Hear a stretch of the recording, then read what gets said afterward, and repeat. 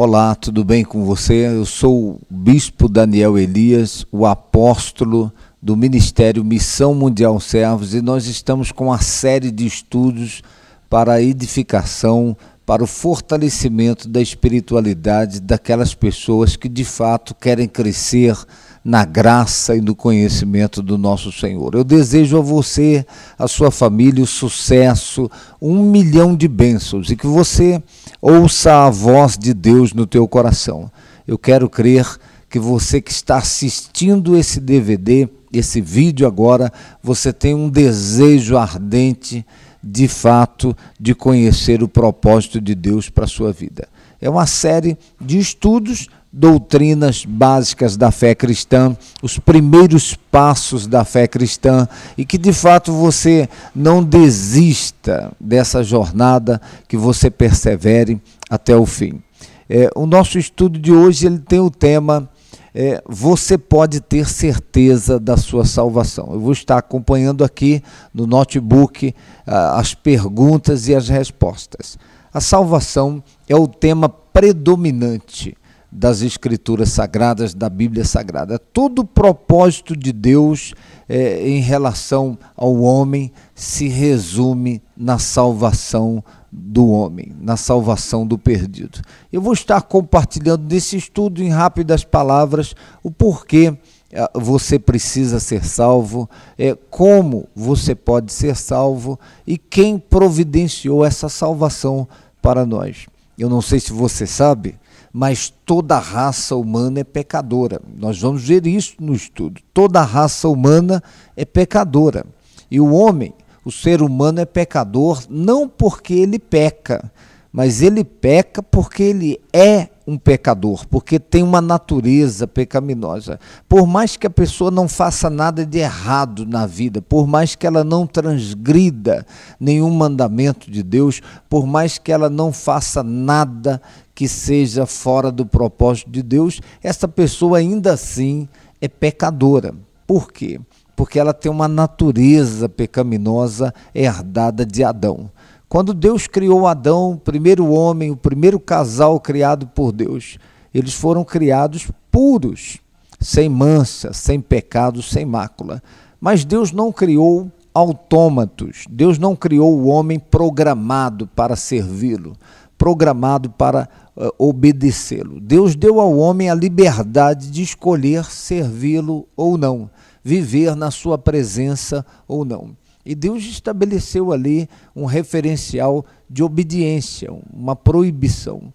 E ora, o que a Bíblia diz é que o homem transgrediu, o homem preferiu viver uma vida sem Deus, desobedeceu a Deus. A Bíblia Sagrada diz que por um homem, Adão, entrou o pecado no mundo e pelo pecado entrou a morte. Está lá em Romanos, no capítulo 5, verso 17. Por causa de um homem, Adão, o pecado entrou no mundo e pelo pecado entrou a morte, entrou todo tipo de sofrimento, todo tipo de angústias, todo tipo de mazelas entraram nesse mundo por causa do pecado de Adão. Veja você que todas as pessoas que nasceram neste mundo, que estão nascendo e que irão nascer, já nascem com a semente do pecado de Adão. São descendentes de Adão, já nascem com a semente da desobediência, já nascem com a natureza pecaminosa. Então toda pessoa neste mundo precisa ser salva, precisa do perdão de Deus, porque todos são pecadores. E esta é uma verdade sagrada que você precisa saber.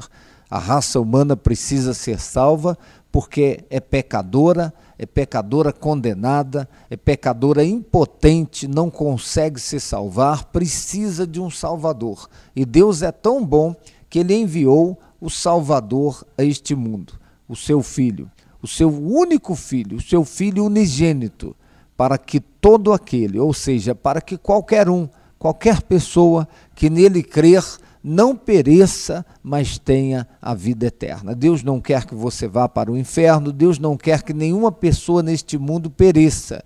Deus quer que todos nós tenhamos a vida eterna. Deus providenciou a tão grande salvação na pessoa do seu Filho Jesus Cristo. Ele, sendo Deus, na glória do Pai, ele assumiu a forma de um de nós. Ele assumiu a forma humana, nasceu como um de nós, e a Bíblia diz que ele foi obediente até a morte de cruz. Ele não morreu na cruz por um acidente, ele morreu na cruz por um propósito. Ele deu a vida por mim e por você.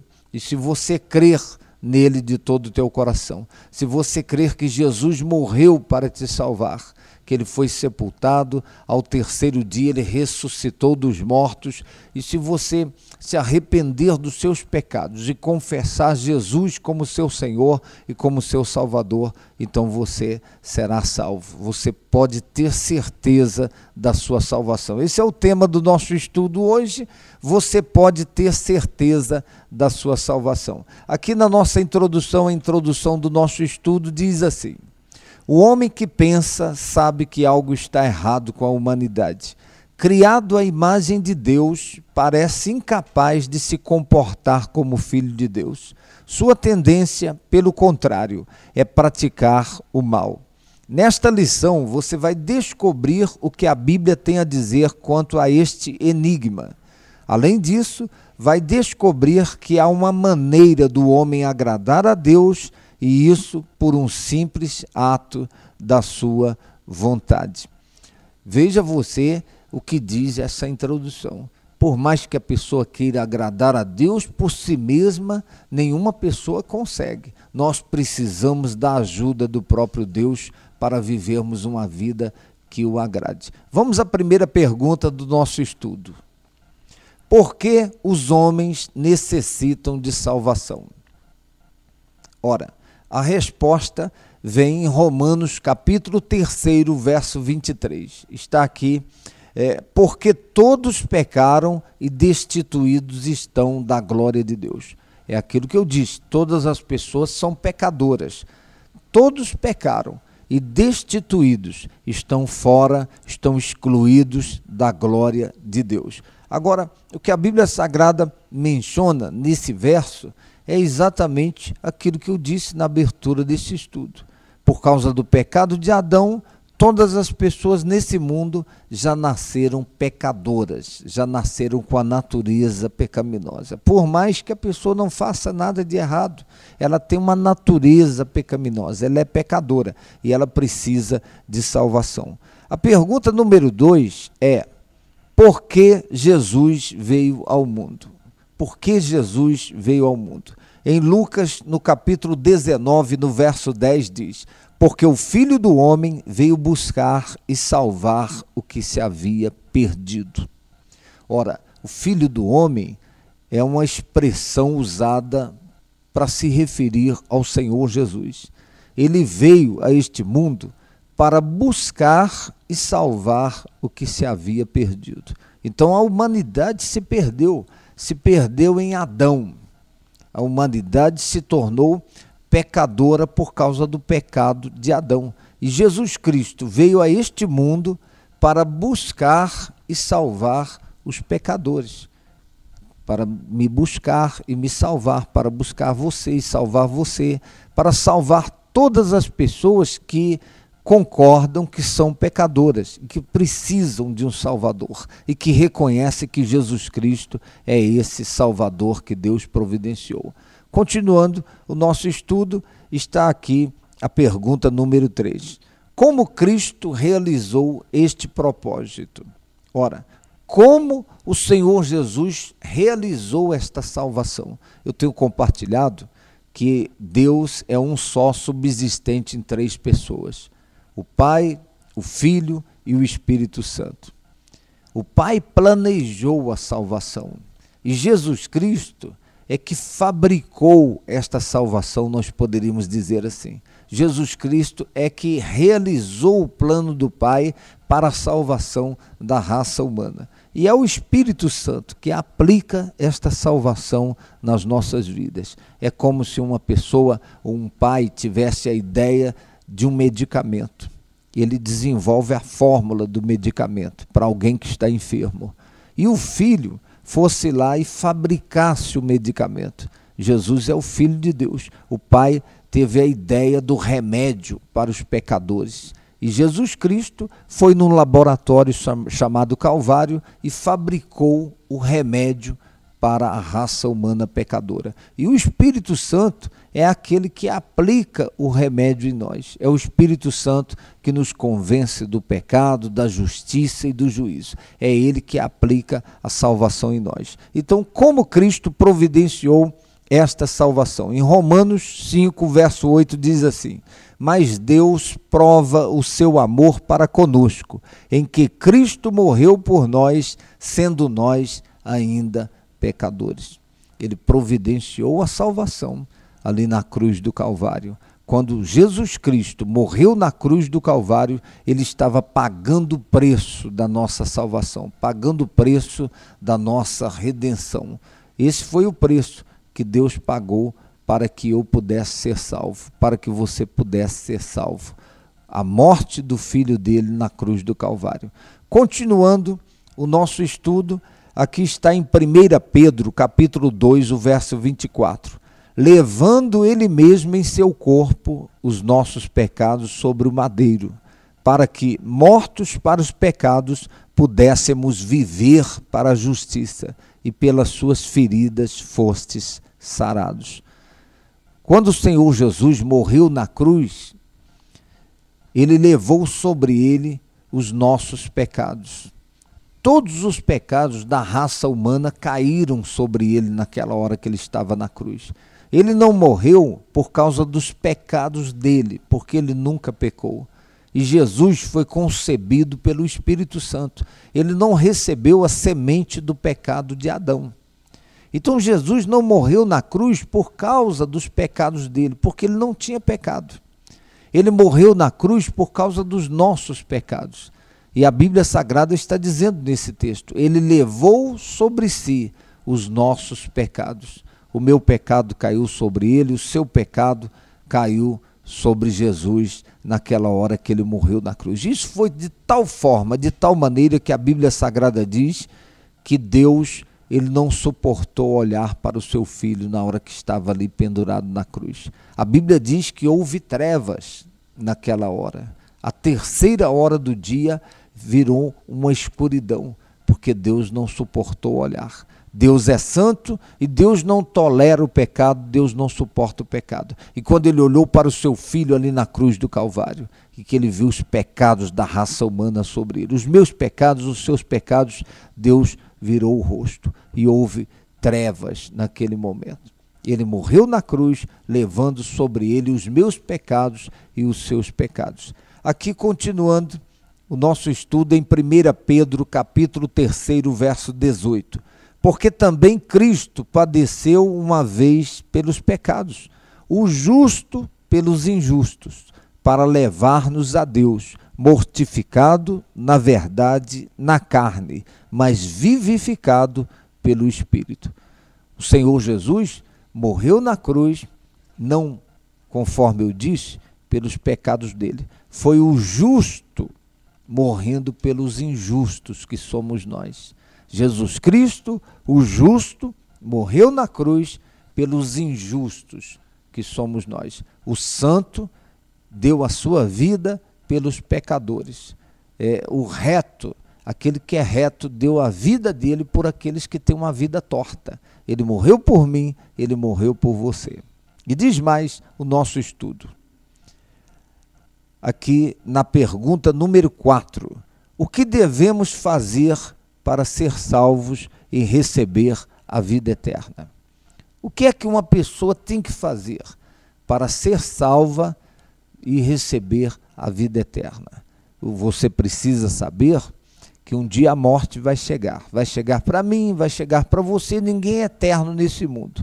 E depois da morte, a pessoa continua existindo. A morte não mata o ser, a morte não extermina com a pessoa. Apesar da morte, nós vamos continuar existindo. Vamos continuar existindo depois da morte. A morte mata o biológico, mas o ser, o indivíduo continuará existindo, continua existindo depois da morte, porque nós existimos em 3 dimensões. Nós somos um espírito que possuímos uma alma e habitamos num corpo. Eu sou um espírito que tem uma alma e habito nesse corpo. Um dia, esse corpo vai morrer, mas eu vou continuar existindo. Depois da morte, só tem 2 destinos para o ser humano: é céu ou inferno, é salvação ou condenação. E agora a Bíblia diz aqui, o que devemos fazer para sermos salvos? E a resposta está em João, capítulo 1, verso 12. Diz assim: mas a todos quantos o receberam, deu-lhes o poder de serem feitos filhos de Deus, aos que creem no seu nome. Jesus veio a esse mundo e os que receberam, os que recebem Jesus se tornam filhos de Deus. Alguém diz que todos nesse mundo são filhos de Deus. Isso não é verdade. A Bíblia Sagrada diz que todos nós somos criaturas de Deus. E nós nos tornamos filhos de Deus quando entregamos a nossa vida a Jesus, quando recebemos Jesus como nosso Senhor e o nosso Salvador pessoal. Então, o desejo do meu coração, a minha oração é que você de fato se torne um filho ou uma filha de Deus, recebendo Jesus como seu Senhor e como seu Salvador pessoal. Aqui diz mais no nosso estudo. Evangelho conforme escreveu João, capítulo 3, o verso 16. Eu chamo isso de uma espécie de comprimido do Evangelho. É um compacto do Evangelho de Jesus Cristo. Diz aqui: porque Deus amou o mundo de tal maneira que deu o seu Filho unigênito, para que todo aquele que nele crê não pereça, mas tenha a vida eterna. Que coisa gloriosa! Deus amou esse mundo. Quando fala amou o mundo, está falando amou as pessoas, todas as pessoas nesse mundo.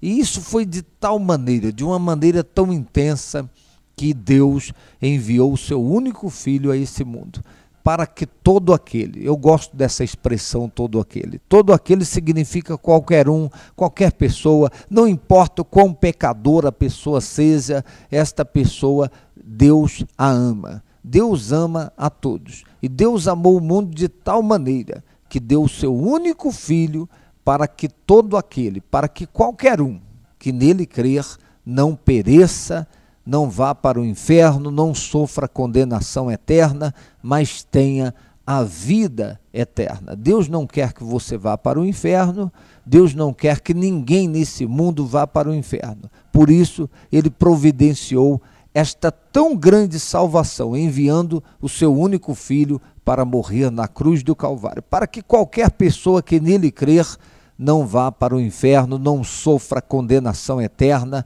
E ninguém falou mais no inferno do que Jesus Cristo. Ele disse que lá o fogo nunca apaga, o bicho nunca morre, é um lugar de choro e ranger de dentes. As pessoas vão clamar por ajuda, por socorro, sem ninguém para ajudar, sem ninguém para socorrer. Deus não quer que ninguém vá para o inferno. Por isso, Ele enviou o seu único Filho para morrer na cruz do Calvário, para pagar o preço da salvação, para que todo aquele que nele crer não pereça, não sofra condenação do inferno, mas tenha a vida eterna. O nosso estudo diz mais. Está aqui a pergunta número 5. As boas obras são necessárias para a salvação? Essa é uma boa pergunta. Existem pessoas praticando boas obras nesse mundo. Elas estão pensando que essas boas obras irão salvá-las. Ora, a salvação não é conquistada através das boas obras, mas a salvação é conquistada pela fé. Então, depois que nós somos salvos, nós devemos sim praticar boas obras. As boas obras justificam a salvação, mas as boas obras não conquistam a salvação, porque o homem de si mesmo, ele não consegue se salvar. A raça humana é pecadora condenada, é pecadora impotente, não consegue se salvar por si mesma. Precisa de um Salvador. E Deus providenciou o Salvador, que é o seu Filho. Então aqui diz no nosso estudo, respondendo a essa pergunta, Pergunta número 5. As boas obras são necessárias para a salvação? E diz em Efésios, capítulo 2, verso 8 e 9. Porque pela graça sois salvos por meio da fé. E isto não vem de vós, é dom de Deus, não vem das obras para que ninguém se glorie. Imagine você, uma pessoa realiza boas obras e ela diz, eu fui salvo, eu consegui a minha salvação. A salvação não é mérito humano, é o mérito de Deus, é o amor de Deus, é a graça de Deus providenciando a salvação para toda a raça humana. Então, aquele que crê em Jesus é salvo para fazer boas obras. As boas obras não conquistam a salvação. Aqui diz mais no nosso estudo. Tito, capítulo 3, verso 5. A carta de Tito, capítulo 3, verso 5.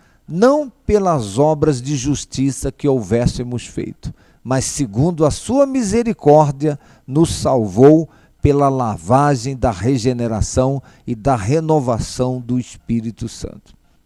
Está aí, não por obras de justiça, não por obras de caridade, não porque você diz eu jejuo, eu frequento a igreja, eu sou dizimista. Tem muita gente jejuando, frequentando igrejas, sendo dizimistas que não são salvas. Ora, por quê? Porque a salvação não vem por obras de justiça, não vem por obras de caridade. A salvação, ela vem pela fé no Filho de Deus, que morreu na cruz por nós. Aí, depois disso, a pessoa deve sim praticar boas obras, praticar as obras da justiça.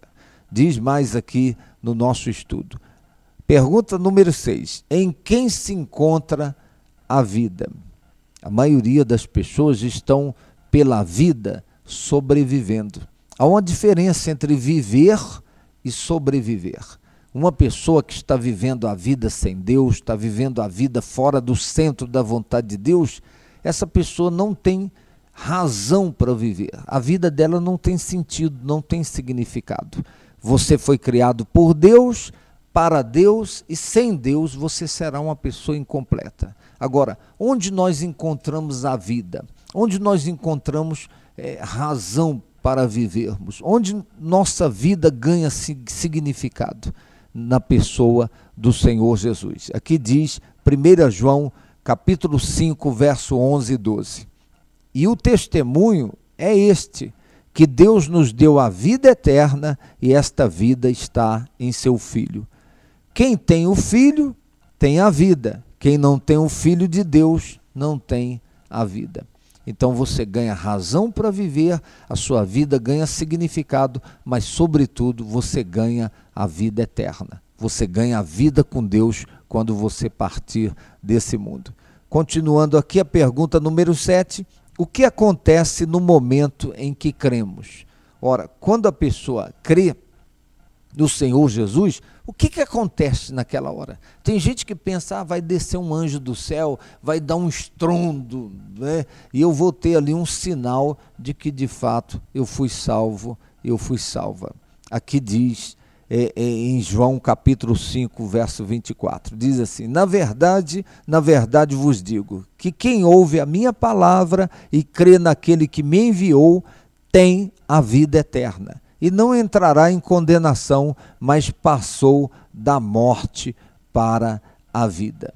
Então não vai acontecer nada de sobrenatural à sua volta para que você tenha um sinal. É a mesma coisa, você vai ao banco, você que tem uma conta bancária, e você tira o seu extrato, o extrato bancário.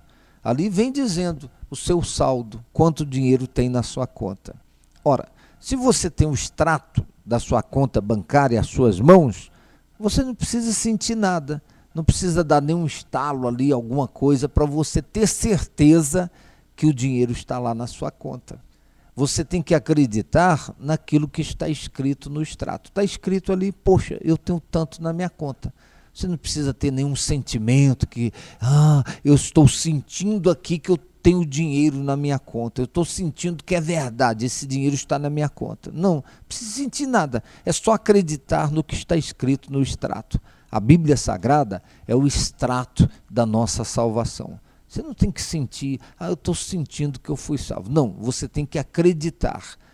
Deus vai me dar um sinal, alguma coisa vai acontecer que eu fui salvo. Não, você tem que ter certeza da sua salvação, porque está escrito: aquele que receber o Filho de Deus tem a vida. Aquele que crê em Jesus Cristo está salvo e não entrará em condenação. Aqui diz, continuando, 2 aos Coríntios, capítulo 5, verso 17, diz assim: assim que, se alguém está em Cristo, nova criatura é.